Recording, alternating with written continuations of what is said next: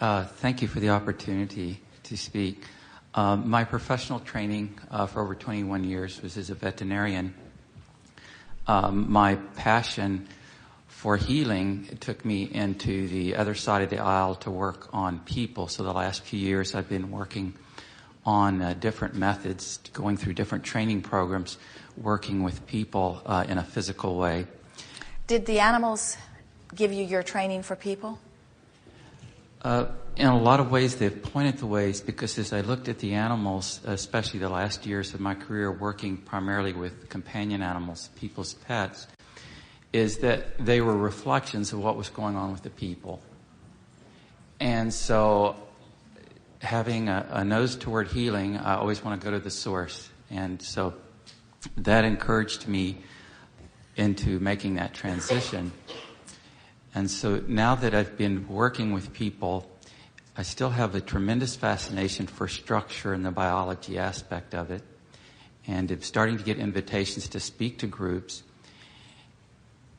and wondering how the biology and the spirituality connect, and the kind of statements that I can make that are building bridges. All of the biology, every bit of it, is following the vibration of the mind. Every bit of it. Every bit of it. So the wellness that is being allowed or the wellness that is being denied is all about the mindset, the mood, the attitude, the practiced thoughts. There is not one exception in any human or beast that you will ever discover. It's all that. Treating the body really is about treating the mind. Because, as you discovered, you can patch them up again and again. And they will just find another way of reverting back to the natural rhythm of their mind, you see. It is all psychosomatic, every bit of it, no exceptions. I guess in terms of actually working with people, my background working with animals was in a nonverbal, energetic, intention way. And then working with people in terms of structure, so often I find the feedback I get, it's a word or a presence more than anything I do with them. And yet I feel like somehow I need to be doing something to affect a change. But that's not what really happens. Well, it's this wonderful thing, because what you're talking about, let's talk about other healers. Jesus is a good one. There are many. But when someone stood before Jesus in a body that was sick, he did not allow himself to acknowledge the sickness. Instead, he beheld only their wellness, because he had practiced that vibration and made it dominant within him. And you've experienced something not different from that. It is actually easier to convey that to the beast than it is to the human, because the beast holds this knowledge as a more active part of his vibration. And so, as your expectation of well-being is in place, then the recovery happens very quickly. What happens with almost all who are involved in healing is that the longer you are involved in healing, the more awareness you have of illness. And the more awareness you have of illness, the more your expectation is muted by the reality that you have observed. And so you actually find yourself sometimes becoming less effective as time goes by, because you are less optimistic as time goes by.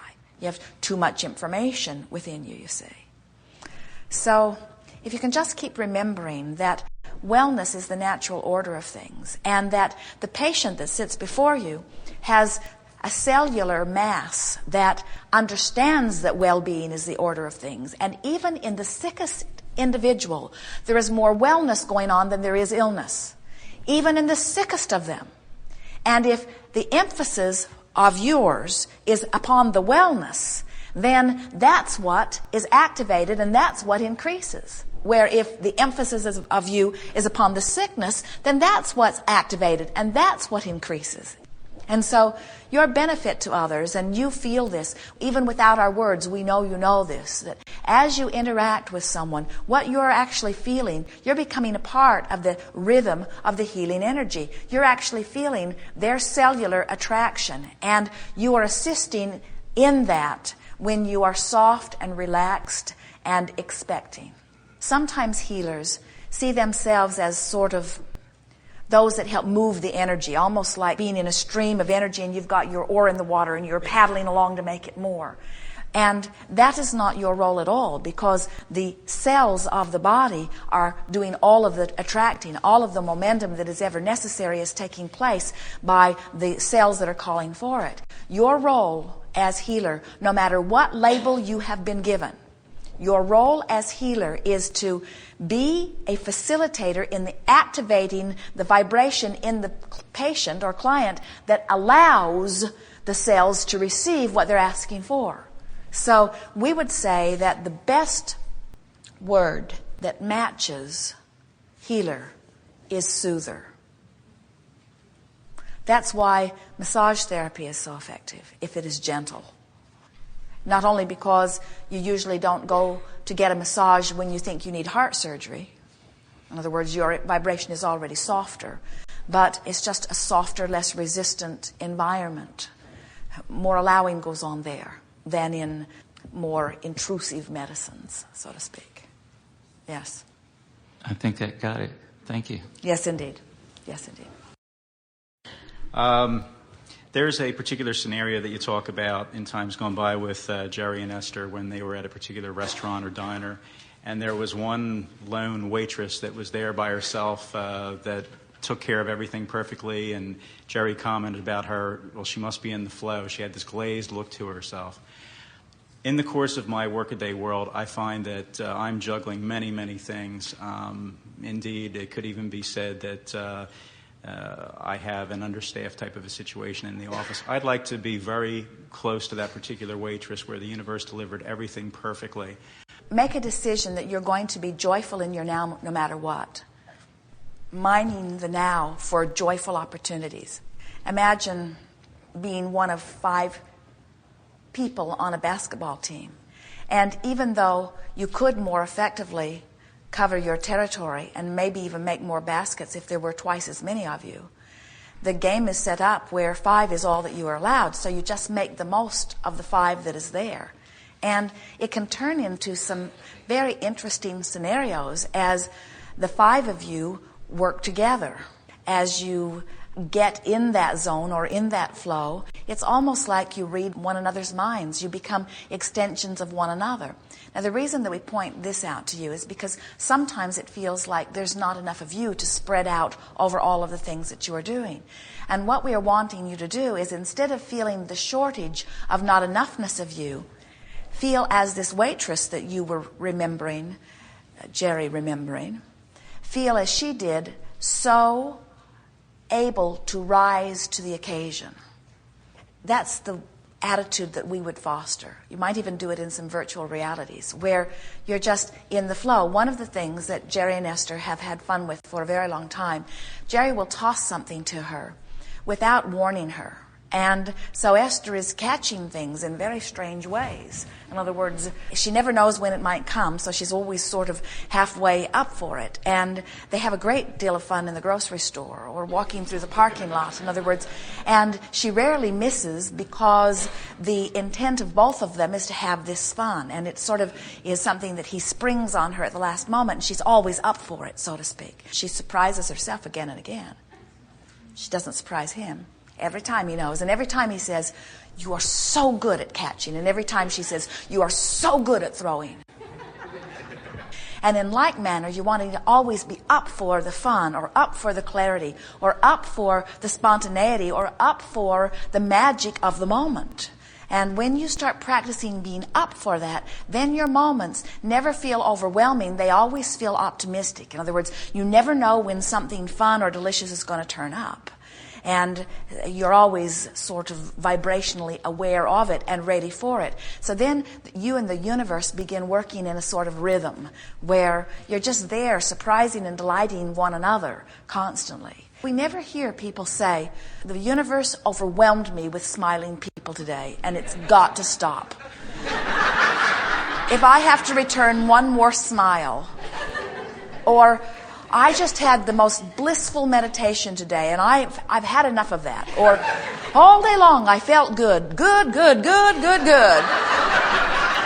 In other words, we never hear you talking about overwhelmment. We want to hear you talk about, oh, I had such good rhythm today and such good timing today, and my vitality was off the wall today. In other words, you can jam-pack your lives full of those things that you would call positive emotion, and what happens is you never feel overwhelmed with it, because it is so in sync with who you are. And the feeling of overwhelmment is always about being disconnected from who you are and then not being up to the momentum that you've already established. In other words, you're the one that set every bit of it in motion. So your overwhelmment is about you not being up to speed with what you told the universe that you want, that the universe is yielding to you, and you're just not ready to receive it right now. Yes, that was good. Seth also spoke in terms of the a proper segment of refreshment in terms of going to sleep for the night. Like, let's say a 4-hour block and then another separate 2-hour block would be better than an 8-hour block at time. What he was really talking about is following the rhythm of your body rather than dictating the rhythm of your body. We talked about that a little bit already today in terms of following your guidance or your conscience. It's almost the same conversation. Is that so often what would be better for you is different than what you decide to do, because what you decide to do is being prescribed by someone else. But there's no set block of time at the minimum that the human being should experience? Well, there's a variable about that, because there is a variable of expectation. In other words, if someone has been trained to believe that they need 8 hours sleep, and through their own trial and error, they've discovered that they do feel better when they get it. And so they begin to conclude that they need it. Then when they don't get it, they automatically expect the feeling response, and they get that too. But it's all self-creation. And so rather than saying, I need a certain amount of sleep, we would say, I prefer a certain amount of sleep. The slumber that you set aside for yourself provides the benefit of being detached from activating vibrations that don't serve you. So the need for this slumber is more about the need for a realignment of your energies. And that always takes place when you sleep. When you sleep, you withdraw your consciousness, so you deactivate the vibrations that were keeping you wherever they were keeping you. So the cells of your body are actually able to regenerate more powerfully when your conscious mechanism is slumbering than when your conscious mechanism is awake, unless when your conscious mechanism is awake, it is feeling good. Your optimum experience is to be awake and exhilarated. Your next optimum experience is to be asleep. Your least optimum experience is to be awake and worried about something, or awake and fearful about something. So you see where slumber fits in there. Have you heard anyone describe that a few moments of hypnosis is like many hours of slumber?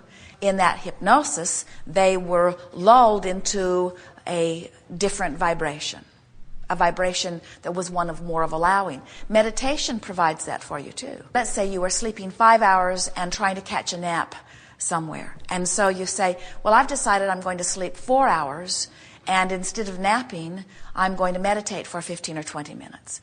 We think that 15 or 20 minutes of meditation would be far worth more than the nap. And in fact, you might even get to the place where you sleep an hour and nap for half an hour on your way in or on your way out of meditation, and you would find your physical apparatus responding as favorably as if you were getting all of that sleep. But if you believe you need sleep and aren't getting it, you're not going to feel good not getting sleep. There are people who sleep a great deal, there are people who sleep a little bit, and they are having similar experiences in the way that they feel. What you're reaching for is refreshment.